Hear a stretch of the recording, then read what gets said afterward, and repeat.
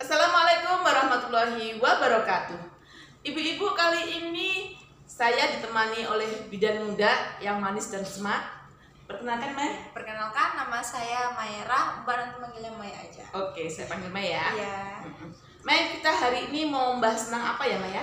Jadi hari ini kita akan membahas yang ada dalam buku KIA, yaitu di halaman 12 membahas tentang tanda bahaya persalinan. Oke. Tapi sebelum kita melanjutkan, bila ibu-ibu merasa bahwa bahasan ini bermanfaat, mohon dukungannya dengan memberi tombol like, subscribe, dan bunyikan loncengnya ya. Biar apa, Mai? Biar nanti ibunya tahu kalau ada video selanjutnya. Iya, betul. Oke, kita lanjut ya, Mai ya. Kita mulai ya. Ya. Jadi yang pertama itu adalah perdarahan lewat jalan lahir, Mbak. Oh iya, sebelum kita membahas tentang perdarahan lewat jalan lahir, saya ingatkan ya ibu-ibu yang di luar sana, mohon dibuka ya buku PINK-nya, buku kesehatan ibu dan anak di halaman 12 ya. Oke, Kita lanjut. Ya, perdarahan lewat jalan lahir biasanya itu disebabkan oleh apa sih, Mbak? ya. Jadi perdarahan lewat jalan lahir ya pada proses persalinan ini rata-rata karena plasenta itu ada di bawah ya, jadi seharusnya plasenta atau tembuni atau menyebutnya bisa juga ari-ari itu menanamkan dirinya itu di atas. Ini saya ini rahim nih, Mai, di atas sini. Tapi kadang-kadang ada juga, Mai, yang menanamkan dirinya itu di bawah. Jadi di bawahnya bayi, menutup mulut rahim. Menutup jalan lahirnya ya, Mbak ya. Iya, jadi mulai kontraksi-kontraksi, hati-hati. Biasanya begitu ada pembukaan, ada pergeseran, bahkan belum juga terjadi pembukaan, bisa juga, Mai, langsung perdarahan. Kan memang kalau tanda ingin bersalin itu memang keluar darah dan lendir ya, Mbak ya. Nah, ini perdarahannya itu seperti apa sih kalau yang bahaya? Oh iya, jadi perbedaannya ya dengan keluar darah yang normal pada tanda-tanda persalinan ya. Mungkin untuk yang normal ibu-ibu bisa lihat video di atas ya yang lewat ini. Nah, perbedaannya adalah bila yang normal itu kan hanya sedikit darahnya dan bercampur lendir serviks ya. Tetapi yang bahaya ini dia keluarnya itu darah segar ya, banyak sampai membasahi baju, sampai ngalir di kaki, membasahi lantai, bahkan sampai bergumpal-gumpal, Mai, kadang-kadang bergumpal-gumpal warnanya merah kehitaman seperti itu. Jadi ibunya kalau misalnya di rumah nanti saat mendekati persalinan tapi mengalami perdarahan lewat jalan lahir, segera langsung ke rumah sakit ya biar cepat ditangani. Iya, tapi untuk perdarahan ini, Mai, bisa loh deteksi dari awal biar ibunya hati-hati. Nah, dengan cara harus melakukan USG ya. Jadi ibu-ibu harus ada USG minimal dalam selama hamil itu 3 kali. Waktu awal kehamilan, di pertengahan dan di akhir ya minimal. Jadi tahu tembuninya atau ari-arinya itu di mana. Jadi kalau misalnya di bawah, begitu ada masih keluar darah sedikit, langsung ke rumah sakit ya, langsung terdeteksi. Nah, lanjut ya, Mbak ya. Jadi yang kedua itu adalah tali pusar atau tangan bayi keluar dari jalan lahir. Jadi itu tali pusarnya itu sudah keluar gitu, nah, Mbak. Kita biasanya menyebutnya tali pusar menumbung ya, Mbak ya. Betul, nah, itu juga sebabnya gara-gara apa? Nah, tali pusat menumbung ini bisa terjadi pada saat pecah ketubannya, tiba-tiba ketuban pecah biur, diikuti oleh tali pusat menumbung, atau bahkan tangan juga bisa menumbung, Mai. Biasanya terjadi pada letak lintang ya. Kalau pecah ketuban itu kan kepala ya yang turun. Nah, karena letak lintang, jadi tali pusat yang turun duluan, karena di bawah bagian rahim bagian bawah air ketuban itu tali pusatnya menggelantung di situ. Bisa juga, Mai, pada letak kepala ya. Jadi dengan posisi bayi letak kepala, nah kedua, ketiga, keempat, kadang-kadang kepala itu belum turun ke panggul. Jadi proses penurunan kepala itu pada saat mulai kontraksi itu, sehingga di bawah kepala itu ada rongga kosong ya di air ketuban bagian bawah, sehingga tali pusatnya kalau panjang bisa turun lebih dulu. Ini misalnya nih, Mbak ya, kita saya nih mengalami waktu di rumah itu ternyata tali pusat itu udah keluar duluan. Kan ini betul. mau ke rumah sakit, apakah mau ke rumah sakit nanti itu ada mungkin posisinya atau semacamnya gitu supaya tidak terjadi yang lebih lagi gitu. Yang lebih fatal ya Iya. maksudnya ya. Nah, jadi kalau tali pusat menumbung Mei harus hati-hati karena kan tali pusat bisa terjepit dengan kepala ya. Nah, sedangkan bayi itu mendapatkan nafas, nutrisi ya, oksigen kan melalui tali pusat. Kalau tali pusatnya terjepit, otomatis dia Oksigennya di nafas juga, ya, tidak bisa bernafas dan mengakibatkan kematian bayi. Jadi kalau misalnya terjadi langsung berbaring ya, bokong lebih tinggi daripada posisi perut ya, jadi diganja. Perhatikan tali pusat jangan sampai terjepit misalnya dengan paha kita atau dengan bokong kita ya, langsung segera ke rumah sakit. Kita lanjut ya Mbak ya. Selanjutnya yang ketiga itu adalah ibu yang mengalami kejang. Iya. Nah, jadi biasanya kalau yang sebelum ibu mengalami kejang itu ada tandanya nggak sih Mbak?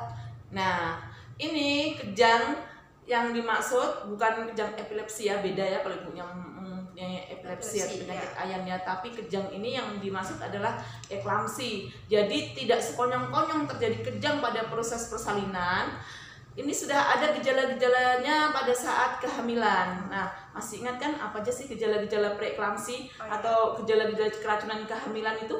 Masih ingat nggak? Coba sebutkan. Ya, jadi yang pertama itu tensi darahnya ibunya itu mengalami tinggi. Ya, jadi di atas ya. Peningkatan. Jadi 140 atau di atas 140. Iya, betul. Nah, terus itu juga ibunya mengalami yang kedua ibunya mengalami pembengkakan, Mbak. Ya, mulai dari kaki, wajah, tangannya, kakinya juga bengkak. Iya, biasanya kakinya duluan Mei ya. Iya, dari kaki dulu sih sebenarnya.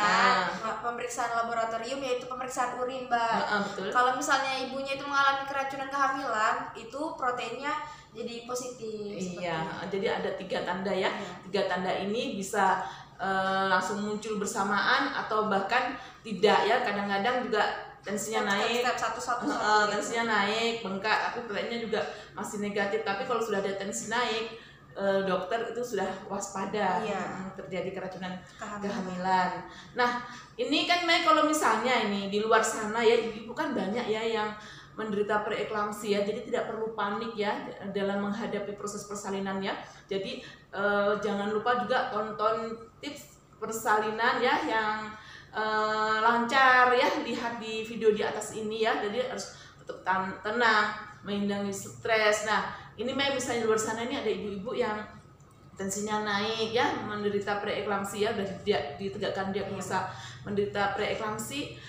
Kapan sih itu tanda-tanda bahaya? Kan kita jangan sampai nunggu kejang dulu gitu ya, karena ini kita ngomong berdua ini kan untuk mengenalkan ibu-ibu di luar sana ya, tanda-tanda bahayanya seperti ini jangan sampai terjadi ya Mei ya. Nah, jadi kapan sih harus pergi ke rumah sakit? Jangan sampai nunggu kejang dulu Mei. Jadi tandanya itu biasanya yang pertama pandangan matanya kabur, Mbak. Iya, jadi kalau ibu-ibu di luar sana yang sudah tensinya naik ya saat hamil, begitu pandangan matanya kabur harus segera ke rumah sakit ya. Yang kedua itu biasanya ibu-ibunya mengalami sakit kepala yang hebat. Jadi seperti kayak dipukul-pukul sakit kepalanya itu, Mbak. Oh ya, jadi mengalami sakit kepala ya. Jadi langsung ke rumah sakit, jangan berpikir cuma sakit kepala biasa. Minum obat sendiri di rumah gitu ya. Terus ini yang tanda-tanda yang sudah mau deket, kira-kira deket mau kejang itu apa ya Mei ya? Itu nyeri ulu hati, Mbak. Iya, nah nyeri ulu hati. Kalau sudah ada nyeri kepala dan pandangan mata kabur, jangan sampai nunggu nyeri ulu hati baru ke rumah sakit Mei, karena udah nyeri ulu hati ini udah mendekati kejang. Kadang kalau nggak dijelaskan gini Mei, dikiranya sakit mah biasa. Karena pernah loh Mei saya audit, jadi ibunya tidak pernah mendapatkan edukasi tanda bahaya kehamilan dan persalinan. Jadi waktu ada informasi bahwa ada ibu melahirkan meninggal, saya datang bersama teman, wawancara dengan suami ya, melihat buku pink. Padahal di buku pinknya rajin juga loh dia tuh periksa ya. Nah, jadi ternyata ibu ini sudah tensinya naik, sudah pandangan mata kabur. Menurut suaminya ya sama orang tuanya ya, udah nyeri kepala. Bahkan ada pagi itu sebelum dia kejang dia ada loh nyeri ulu hati Mei. Tapi suaminya malah ke apotik beli obat mah. Oh, jadi setelah mah ya. Karena waktu sebelum hamil dia punya mah.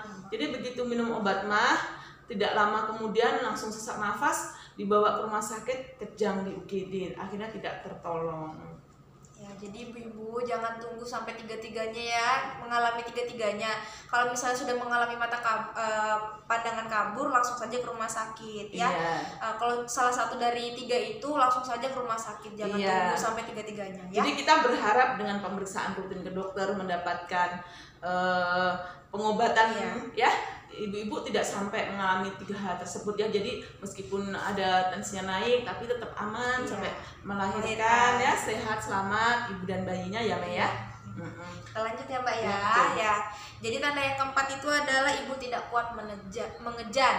Nah, itu biasanya gara-gara apa sih Mbak kalau sampai ibu itu nggak kuat buat mengejan nanti waktu melahirkan? Iya, jadi kepala itu kalau sudah kelihatan ya Maya, atau pembukaan lengkap ya untuk anak pertama itu kapan sih kita menganggap bahwa itu persalinan lama Maya harus dilakukan tindakan itu berapa jam waktunya mengejan?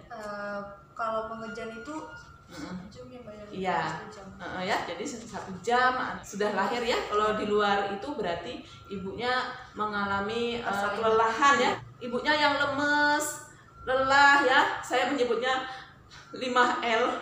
Nah, atau itu biasanya pada ibu-ibu yang anemia, jadi lemah, lesu, letih, lemes, lunglai ya.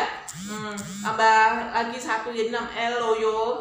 Nah, biasanya pada saat hamil ibunya anemia atau HB-nya orang anemia kan di bawah 11 ya. Jadi sebenarnya ibu hamil kan harusnya 12 minimal, tapi mana sih Mei untuk menjaga biar kita itu tidak anemia Mei? Biasanya itu dari nutrisinya ibunya. Jadi dari hamil itu kan memang sudah ada pemeriksaan lab nih. Iya, pertama kali datang harus diperiksa laboratorium ya. Jadi udah tahu nih HB-nya berapa. Kalau misalkan HB-nya itu di bawah 11, jadi ibunya tuh sudah disuruh konsumsi kayak nutrisi seperti kayak bayam, sayurannya, yang banyak ya. Ada di buku pink halaman berapa Mbak? Halaman berapa coba dibuka? Halaman 6 itu juga ada, jadi porsi nutrisi buat ibu hamil. Iya, jadi dibaca ya Bu. Itu nasi dan sayur sama banyaknya ya, dan lauk dan buahnya sama banyaknya ya. Jadi jangan salah, jangan nasinya itu 2 entong, terus sayurnya cuma 2 lembar misalnya ya, itu salah, itu bisa menimbulkan anemia. Terus minum tablet tambah darah minimal dalam selama kehamilan tuh 90 tablet ya, harus diperhatikan.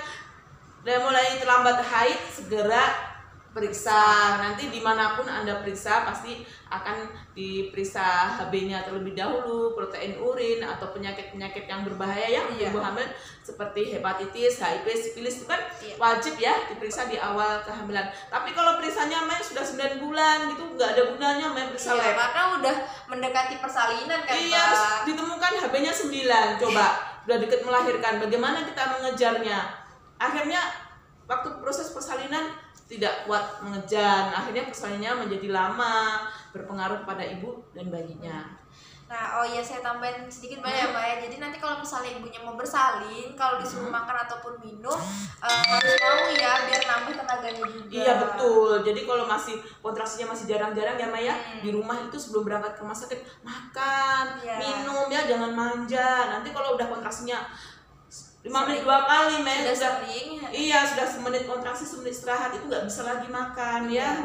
Jadi lemes. Kita lanjut ya Mbak ya. Sekarang kita bahas tanda yang kelima. Jadi ya itu adalah air ketuban keruh dan berbau. Itu gara-gara kenapa sih biasanya Mbak? Ya, air ketuban keruh itu bisa jadi karena kehamilan yang lewat bulan ya atau tua, sehingga ini kondisi yang membahayakan janin juga, atau karena bayinya stres jadi bayinya itu sesak nafas, kita menyebutnya fetal distress ya.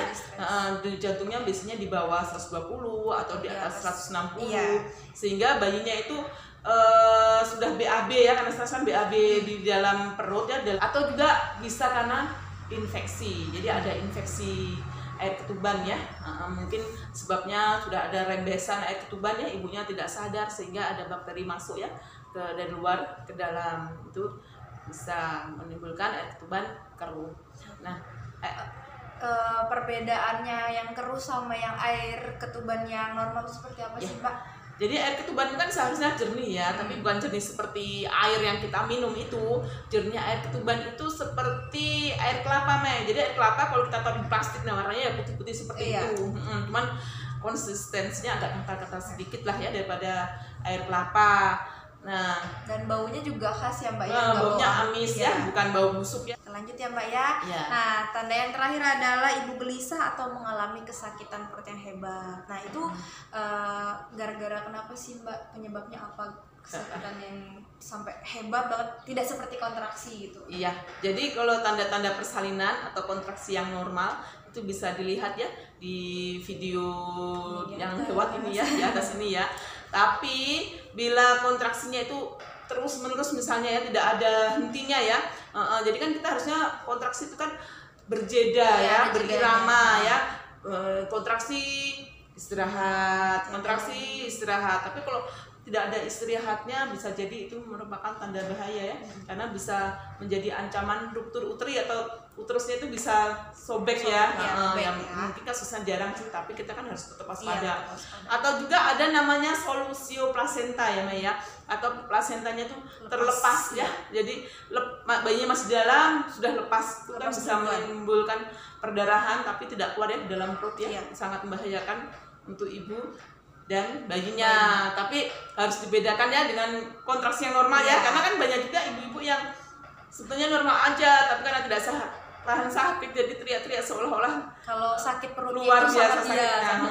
Kalau dengan melihat video yang tanda-tanda persalinan sebelumnya atau tips melahirkan sebelumnya, mungkin ibu-ibu lebih mengerti. Bisa membedakan yang sakitnya gara-gara kontraksi atau sama yang lain, yang beda sakit kontraksi. Sakit dengan masalah ya, ada masalah ya. Mungkin itu aja ya Mai perbincangan kita kali ini. Semoga ibu-ibu yang di luar sana lebih memahami tanda-tanda bahaya persalinan, sehingga kan menyadari ya kalau bisa sih jangan sampai terjadi. Kalaupun terjadi jangan sampai terjadi komplikasi yang lebih berat ya, jadi mendapatkan penanganan yang lebih cepat. Oke.